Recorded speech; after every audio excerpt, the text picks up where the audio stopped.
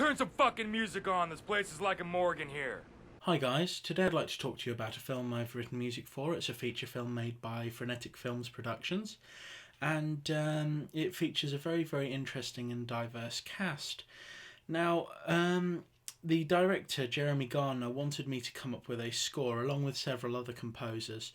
So this will be a bit about the music which I did for the film, as I can't really say what other composers did. Now, originally I wanted to come up with something which was a little bit orchestral. However, this was very, very different from the grindhouse sort of style that they were going for. I'll give you a bit of an example. What made you want to stop here? Ta-da! A special night for my special lady. Nick, how long until we get to Portland? About a half a day or so. Have you ever seen so many stars? Oh.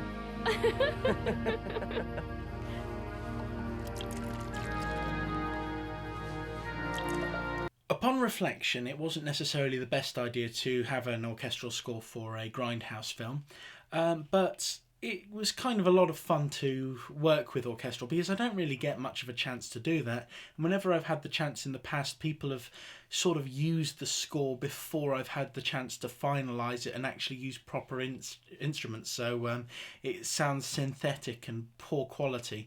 And even whilst this is itself is synthetic and poor quality, it is it's quite nice to listen to in comparison to some of my earlier work.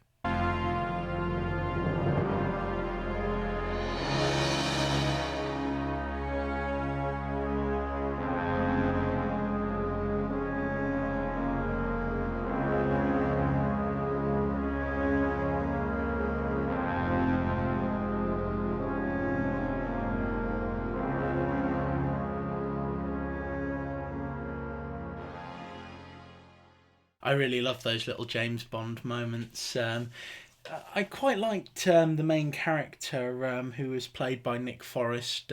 He really had this sort of great personality where he was sort of super geeky and trying to be really hardcore and strong. So that it made the film a lot of fun to score. Now I'm looking for my wife. Now somebody better start talking, or I'm gonna start shooting. In fact, all of the cast were brilliant. I really liked the bikers and their interpersonal relationships and all of their internal problems. And one more thing, Clarence, you are not fucking Elvis. And if you were, I would put a bullet in your talentless skull right now.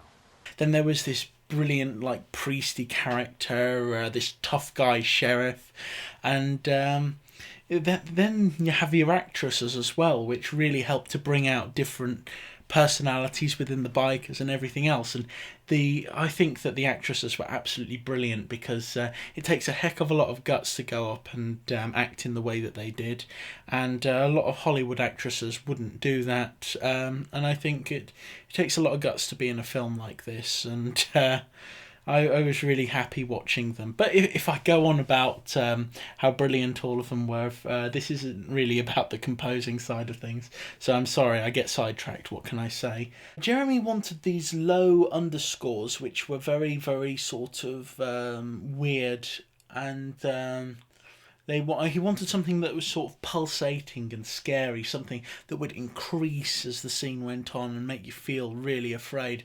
And I was going out of the hearing range, but sort of just on the edge of it at points, trying to amplify a level of fear within the audience. Now, one of the problems with doing that is that not all speakers can really cope with that. And when the film was finally processed, a lot of the lower and higher range were sort of cut out of the film, which was really disappointing in a way, because I'd have liked to sort of hear it at its maximum intensity. And it's reduced the overall volume of the track because I like to go very loud with that sort of effect. So it would be the equivalent of going up about 4 or 5 decibels in comparison to the rest of the music, which is just on the normal soundtrack line. But that's been reduced in volume during the editing process, and it's not quite as groovy as I wanted it to be. But anyway, here's a couple of examples of how that sounded.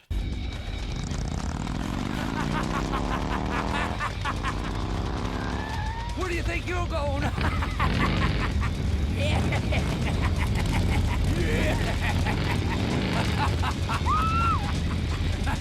What do you want? We want your woman. We want your booze.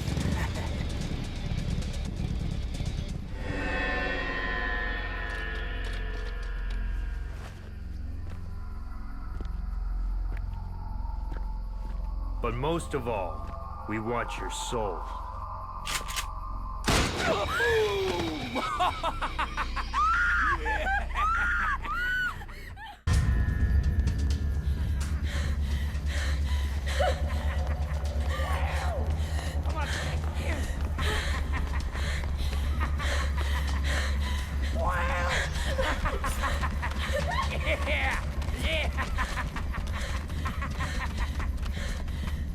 Where do you think you're going?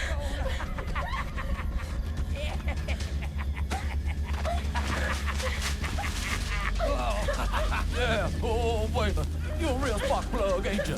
Get the fuck away from me! One of the things that I really wanted to do is I had a piece of piano-y music which I wrote a while back, and I wanted to incorporate it into one of the scenes.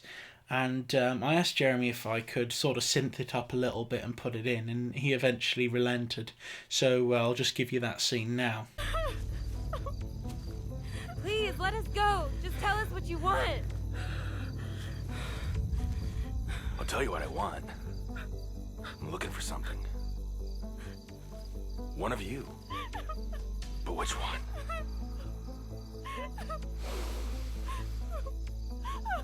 It ain't you. You ain't no virgin. Killer. Please, mister, I'll do anything you want. No!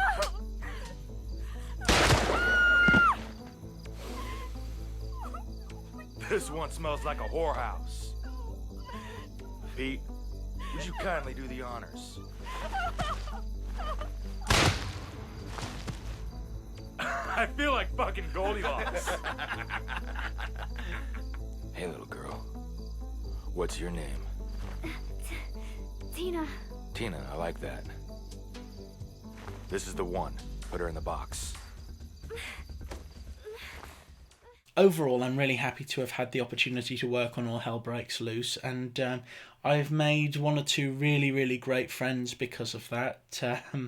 Little heads up to you, Dave and Katie. You guys are awesome. What can I say? I quite liked it. But yeah, it's been a really good experience working with everybody, and I'm looking forward to working on the Cemetery People, which is coming up now. And basically, what can I say? Frenetic Films, All Hell Breaks Loose, you got to watch it if you haven't. Anyway, thank you for watching this all the way through. I'm trying to get back into updating regularly, but it's hard running about 4 or 5 channels at once. So anyway, I'll hopefully upload some other stuff soon. Anyway, if you got any thoughts or any questions about the film, just ask in the comment section. I'll try and respond to as many of them as I can if you do post any.